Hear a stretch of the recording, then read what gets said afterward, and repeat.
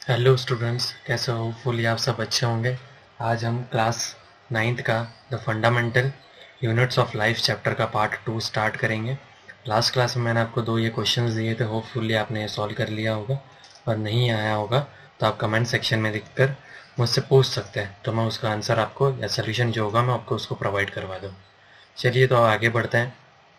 Channel को subscribe कर देना और बेल आइकन प्रेस कर देना, जिससे आपको अपकमिंग अपडेट्स मिल सके।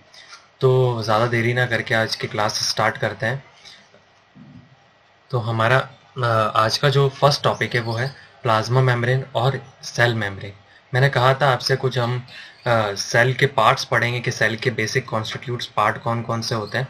उसमें सबसे फर्स्ट पार्ट जो हम पढ़ने वाले हैं वो है प्लाज्मा मेम्ब्रेन और सेल मेम्ब्रेन। देखिए, प्लाज्मा मेम्ब्रेन जो होती है वो आउटर मोस्ट कवरिंग होती है सेल की। देखिए, किसी भी चीज़ को एनवायरनमेंट से प्रोटेक्शन के लिए एक आउटर मोस्ट कवरिंग चाहिए होती है।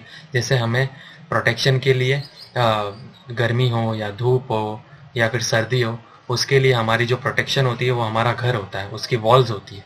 वैसे ही सेल को प्रोटेक्ट करने फ्रॉम एक्सटर्नल एनवायरनमेंट के लिए तो उनको सेल मेम्ब्रेन की या प्लाज्मा मेम्ब्रेन की ज़रूरत है। दोनों एक ही चीज़ का नाम है, या आप कंफ्यूज ना होइएगा। तो प्लाज्मा मेम्ब्रेन जो होती है वो कुछ सर्टेन चीज़ों को ही अलाउ अलाउ करती है अपने अंदर। ऐसा नहीं है कि वो सब चीज़ों को अपने अंदर अलाउ कर देगी अपने मेम्ब्रेन के अंदर आने के लिए। तो जब मैंने आपको ऑनियन की स्लाइड दिखाई थी, तो उसमें जो आउटर कवरिंग थी एक सेल की, जो राउंड शेप में जो आउटर मोस्ट कवरिंग थी वो प्लाज्मा मेम्ब्रेन थी। वो सर्टेन चीज़ों को ही अंदर आने देगी, सारी चीज़ों को अंदर आने नहीं देगी। इसलिए इसे सेलेक्टिवली परमिएबल मेम्ब्रेन कहते हैं। ये सिर्फ लिमिटेड चीज़ों को अंदर आने देती है, इस वजह से प्लाज्मा मेम्ब्रेन को हम सेलेक्टिवली परमिएबल मेम्ब्रेन कहते हैं। ऐसा नहीं है कि वो हर सब्सटेंस को अंदर आना अलाउड करेगी। तो देखिए, मूवमेंट के बारे में थोड़ा सा पहले डिस्कस कर देते हैं, थोड़ा डिटेल में आगे जाने से पहले। मूवमेंट हमेशा और हमेशा जो होता है वो हायर कंसंट्रेशन से लोअर कंसंट्रेशन में जाता है। देखिए, आप नोटिस करेंगे कि एक एक टंकी है, मान लीजिए उसमें वाटर जो है ज़्यादा भरा हुआ है और दूसरी टंकी है उसमें वाटर थोड़ा कम भरा हुआ है। तो उसको हम अगर पाइप से कनेक्ट करते हैं तो आप नोटिस करेंगे कि मूवमेंट जो होगा, जिस टंकी में पानी ज़्यादा होगा वहाँ से लोअर जिसके अंदर पानी कम होगा वहाँ पर मूवमेंट ट्रैवल होगा। तो ये कॉन्सेप्ट आपको याद रखना है। जब मैंने डिफ्यूजन पढ़ाते समय मैंने आपको बताया था कि कैसे ये मूवमेंट होता है। ये मूवमेंट जनरली गैसेस के अंदर भी होता है, लिक्विड के अंदर भी होता है, वाटर के अंदर भी होता है, बहुत सारे सब्सटेंस के अंदर ये मूवमेंट होता है। तो मैंने डिफ्यूजन की डेफिनेशन लिख दी है वापस, आप इसे देख लीजिएगा। फिर हम बात करते हैं ऑस्मोसिस की। बहुत इंपॉर्टेंट टॉपिक है osmosis. The movement of water molecule through the selectively permeable membrane is called as osmosis. देखिए, नीचे आपको एक डायग्राम दिख रहा है, इसके बीच में एक मेम्ब्रेन है। जस्ट एज ए एग्जांपल के तौर पे एक मेम्ब्रेन है। मैंने एक तरफ क्या किया है, जो फर्स्ट डायग्राम आप जिसमें देख रहे हैं, फर्स्ट डायग्राम में आप नोटिस करेंगे कि सॉल्ट सोल्यूशन है। देखिए, यहाँ ये मान लीजिए सॉल्ट सोल्यूशन है। ओके, अब ये मेम्ब्रेन क्या करेगी कि ये सिर्फ अब आप नोटिस कीजिए कि किसके मॉलिक्यूल बड़े होंगे, सॉल्ट के मॉलिक्यूल बड़े होंगे या वाटर के मॉलिक्यूल बड़े होंगे। सॉल्ट के मॉलिक्यूल जो होंगे वो बड़े होंगे, तो वाटर के मॉलिक्यूल जो होंगे वो छोटे होंगे। अंडरस्टूड। अब देखिए, मैंने इधर सेपरेट कर दिया है। अब क्या होगा कि सॉल्ट के मॉलिक्यूल एक रीजन से दूसरे रीजन में नहीं जा पाएंगे। क्यों? क्योंकि मैंने यहाँ पर एक बैरियर बीच में एक मेम्ब्रेन लगा दी है। तो किसका मूवमेंट होगा? सिर्फ वाटर के मॉलिक्यूल्स का ही मूवमेंट होगा। अंडरस्टूड। कुछ इस तरीके का कॉन्सेप्ट होता है ऑस्मोसिस। तो वाटर का मूवमेंट होगा फ्रॉम हायर कंसंट्रेशन से लोअर कंसंट्रेशन, या नॉर्मली जो मूवमेंट होगा वो ऑस्मोसिस कहलाता है। तो movement across the plasma membrane is also affected by the amount of a substance dissolve in water. तो देखिए, ये जो ऑस्मोसिस का कॉन्सेप्ट मैं आपको इसलिए बता रहा हूँ ताकि आप इस चीज़ को समझें कि प्लाज्मा मेम्ब्रेन जो होती है, हमारी जो सेल मेम्ब्रेन होती है, सॉरी, उसमें क्या कॉन्सेप्ट यूज हो रहा है। देखिए, उसमें क्या होगा, उसके अंदर भी वाटर का मूवमेंट होगा from higher region to lower region. तो उसको भी हमें डिटेल में आगे पढ़ना है। तो ऑस्मोसिस के अंदर आपको बस इतना याद रखना है, सेलेक्टिवली परमिएबल मेम्ब्रेन होती है जिसके अंदर वाटर का मॉलिक्यूल्स का मूवमेंट होता है। अंडरस्टूड। वो हायर रीजन से लोअर रीजन में होता है, जब तक होता है जब तक इक्विलिब्रियम अटेंड ना हो जाए। अंडरस्टैंड। अब हम आगे बढ़ते हैं। ये जो मूवमेंट है ये 3 टाइप्स में डिफरेंशिएट किए गए हैं। First is a hypotonic solution, second is a isotonic solution and third is the hypertonic solution. मैंने लास्ट में 3 डायग्राम दे रखे हैं, अगर ये डायग्राम आप समझ पाएंगे तो आप इस पूरे कॉन्सेप्ट को समझ लेंगे। देखिए क्या होगा कि मेम्ब्रेन से डिवाइडेड है, क्या डिवाइडेड है, वाटर और अंदर जो हमारी है सेल। अंडरस्टैंड। अब क्या होगा, कंसंट्रेशन 3 तरीके से होगा, या तो वाटर का मूवमेंट बाहर से अंदर की तरफ होगा सेल के अंदर, या फिर नहीं होगा, या फिर अंदर से बाहर होगा।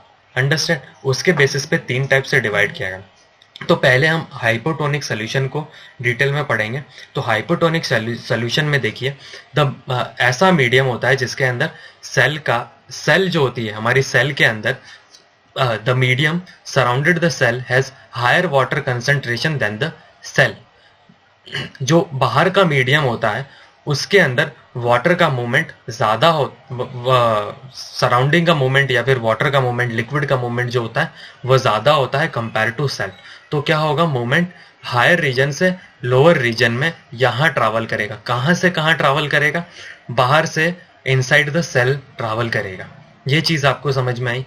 फिर हम नेक्स्ट आइसोटोनिक सोल्यूशन पे चलते हैं। आइसोटोनिक सोल्यूशन ऐसा सोल्यूशन होता है जिसमें मीडियम जो होता है वो दोनों तरफ सेम रहता है, यहाँ भी कंसंट्रेशन सेम रहेगा, यहाँ भी कंसंट्रेशन सेम रहेगा। और हाइपोटोनिक ऐसा सोल्यूशन होता है जिसके अंदर सेल के अंदर कंसंट्रेशन ज्यादा होता है और बाहर जो सराउंडिंग्स जो मीडियम में लोअर कंसंट्रेशन होता है। किसका, वाटर का होगा, वो कोई भी लिक्विड का हो सकता है। यहां तक आपको समझ में आ गया होगा होपफुली। अब हम आगे बढ़ते हैं। इसका जो सेकंड पॉइंट है कि सेल जो होगा by the process of osmosis क्या करेगा, गेन करेगा वाटर इनसाइड द सेल। जबकि आइसोटोनिक सोल्यूशन के अंदर कोई मूवमेंट नहीं होगा क्योंकि दोनों तरफ कंसंट्रेशन बराबर है। और थर्ड केस यानी हाइपरटोनिक सोल्यूशन के अंदर क्या होगा कि सेल जो होगा कंसंट्रेशन अंदर ज्यादा है सेल के अंदर, इसलिए वो आउटसाइड बाहर ट्रैवल करेगा सेल से बाहर मीडियम की तरफ। अंडरस्टैंड। फिर हम बात करते हैं वाटर मॉलिक्यूल्स की, कि वाटर मॉलिक्यूल्स जो होते हैं वो फ्रीली पास होते हैं across the cell membrane in both the direction. Understand. दोनों तरफ डायरेक्शन में ट्रैवल हो रहा है, तीनों केसेस में यही होगा। अगर वो डिपेंड होगा कंसंट्रेशन कहाँ ज्यादा है और कहाँ कम है, तो उस बेसिस पे वाटर जो होगा वो मूव करेगा। फिर हम बात करते हैं कि नेट रिजल्ट क्या होगा। इससे नेट रिजल्ट ये होगा कि मोमेंट जो होगा वो कहां से कहां जाएगा, आउटसाइड से इनसाइड आएगा सेल में। सेकंड केस आइसोटोनिक के अंदर कोई मूवमेंट नहीं होगा और थर्ड हाइपरटोनिक के अंदर वाटर का मूवमेंट जो होगा वो सेल से आउटसाइड जाएगा। तो हाइपोटोनिक सोल्यूशन में क्या होगा, सेल जो होगा वो स्वेल हो जाएगा यानी फूल जाएगा। देखिए इसमें वापस एक एग्जांपल, अगर आपको नहीं समझ में आ रहा तो आप एक किशमिश या बादाम लीजिएगा और उसको एक ग्लास में, वाटर के ग्लास में रखिएगा या कोई भी वाटर के अंदर रखिएगा। तो आप सुबह मॉर्निंग में, रात को अगर रखेंगे तो मॉर्निंग में आप देखेंगे कि वह स्वेल हो जाएगी, फूल जाएगी। क्यों? क्योंकि वो भी एक सेल की तरह बिहेव करेगी। वाटर का मूवमेंट होगा हायर कंसंट्रेशन से लोअर कंसंट्रेशन में, तो जिस कारण जो वो किशमिश या फिर रिंज जो होगी वो फूल जाएगी। अंडरस्टैंड। और आइसोटोनिक सोल्यूशन में रिमेन सेम रहेगा और हाइपरटोनिक सोल्यूशन के अंदर सेल जो होगी वो सिंक हो जाएगी।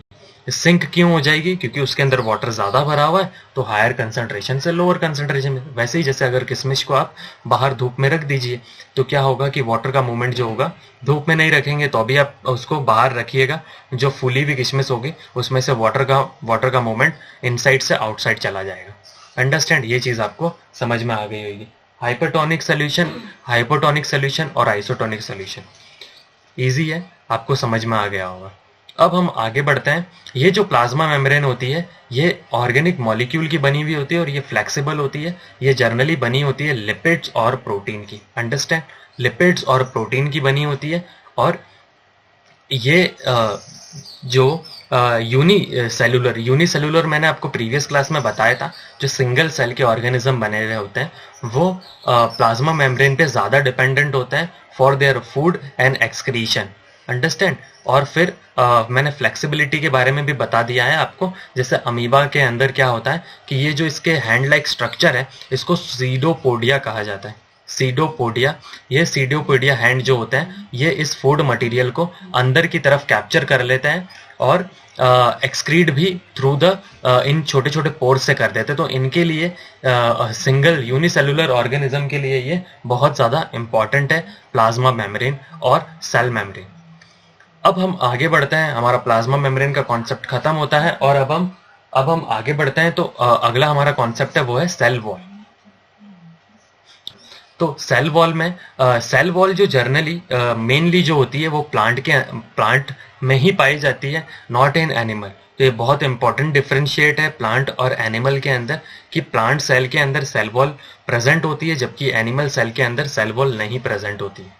क्यों प्रेजेंट होती है? क्योंकि वो प्लांट सेल को रिजिड बनाती है, वो मजबूती प्रोवाइड करती है। और ये जो सेल वॉल होती है एक स्पेशल कंपोनेंट यानी सेलुलोज की बनी होती है जो उन्हें स्ट्रॉन्ग बनाती है। अब देखिए मैंने यहाँ एक डेफिनेशन लिख रखी है। जब प्लांट सेल वाटर लूज करता है through the process of osmosis तो उसका जो सेल हो जाएगा उसमें से सारे सेल ऑर्गेनेलीज जो होंगे वो शिंक कर जाएंगे, मतलब निकल जाएंगे। तो ये प्रोसेस जो होती है ये प्लाज्मोलिसिस कहलाती है। अंडरस्टैंड? मतलब सेल के अंदर जो सेल ऑर्गेनेलीज यानी साइटोप्लाज्मा जो वाटर पार्ट प्रेजेंट है वो सेल से बाहर निकल जाना, वो कंडीशन प्लाज्मोलिसिस कहलाती है।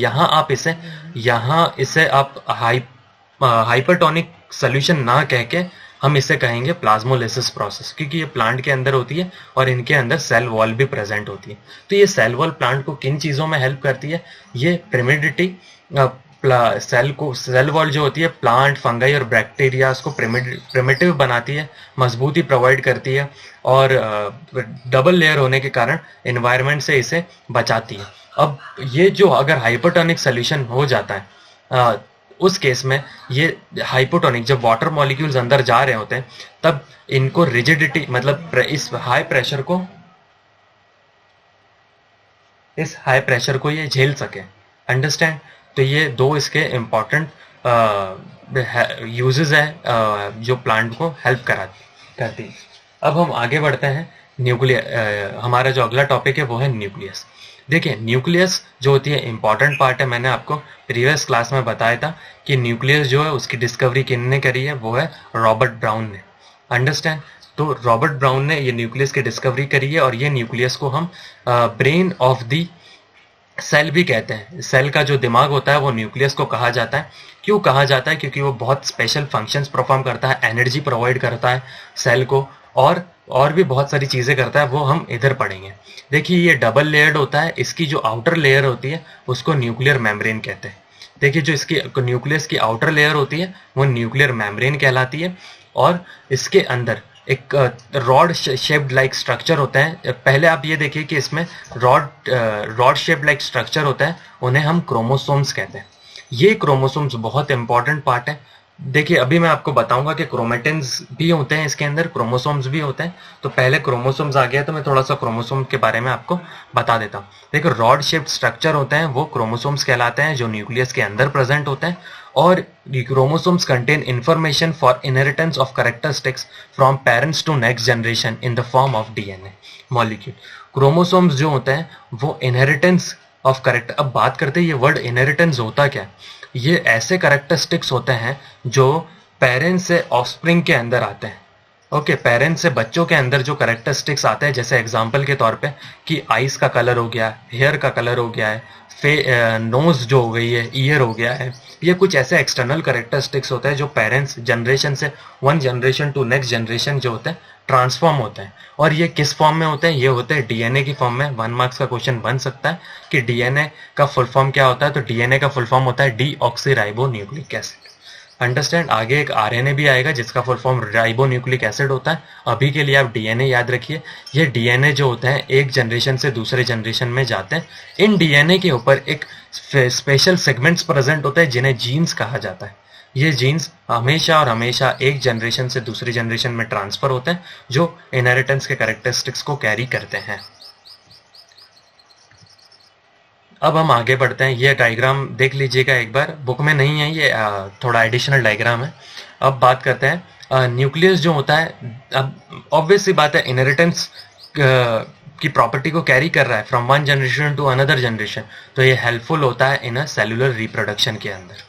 सेलुलर रिप्रोडक्शन के अंदर ये बहुत हेल्पफुल होता है, और ये जीन्स जो होते हैं ये बहुत ही केपेबल होते हैं अब इन्वायरमेंट से और मेच्योरिटी के टाइम। अब मैं एक वर्ड कह रहा हूँ, इन्वायरमेंट पर भी ये डेवलप होते हैं। इन्वायरमेंट में कैसे डेवलप होते हैं?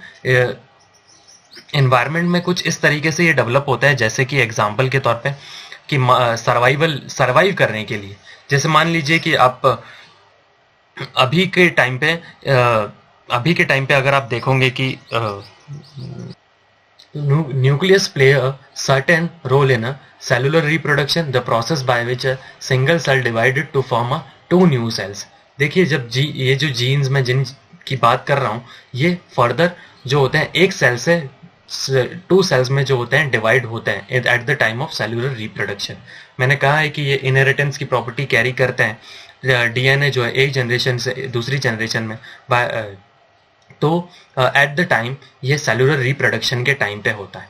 और ये जो जीन्स होते हैं वो डेवलप होते हैं एज केपेबल होते हैं developed as a environment, evolution करते हैं जैसे जैसे एनवायरनमेंट में चेंजेस आते हैं, तो ये जीन्स भी जो होते हैं वो अपने आप में डेवलपमेंट करते हैं और मेच्योरिटी के टाइम पर ये तब भी ये डेवलप करते हैं।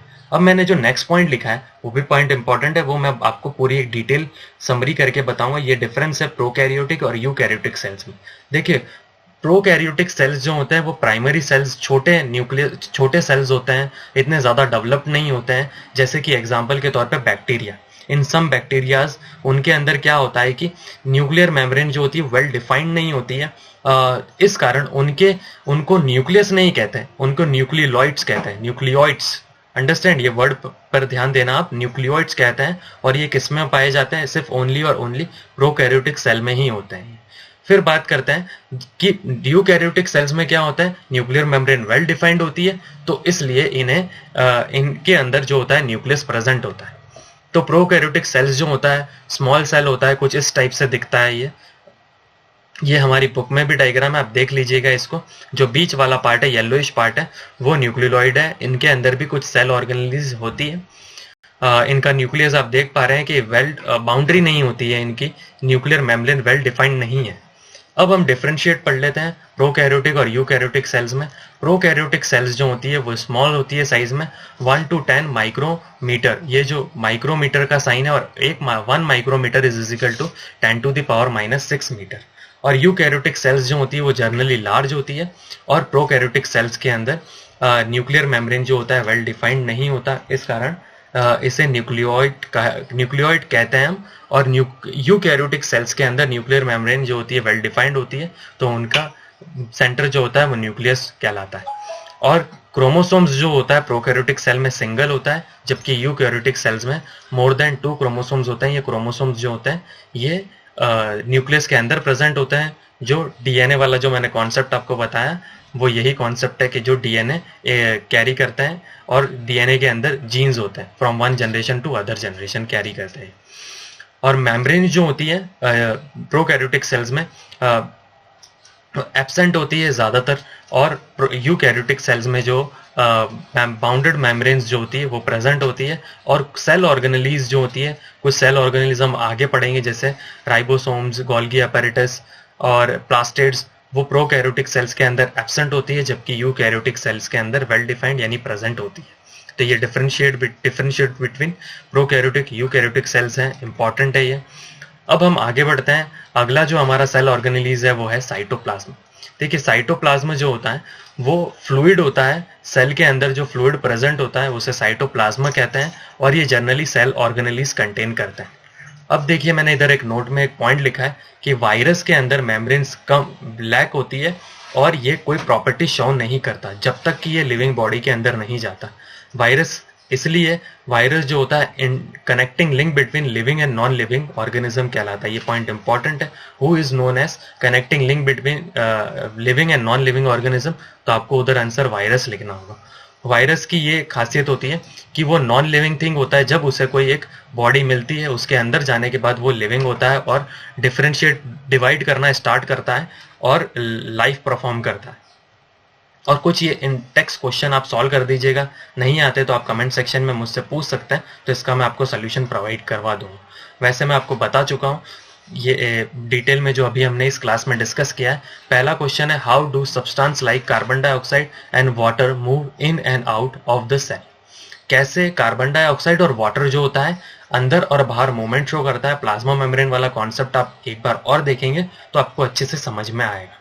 2-3 बार वीडियो देखिए, अगर नहीं समझ में आता है और भी नहीं समझ आता तो मैं सेपरेट वीडियो बनाकर उस पर आपको समझा दूंगा। फिर नेक्स्ट क्वेश्चन है, why is plasma membrane called as a selectively permeable membrane. अच्छा क्वेश्चन है कि plasma membrane selectively permeable membrane क्यों कहलाता है, ये भी प्लाज्मा मेम्ब्रेन से ही क्वेश्चन है।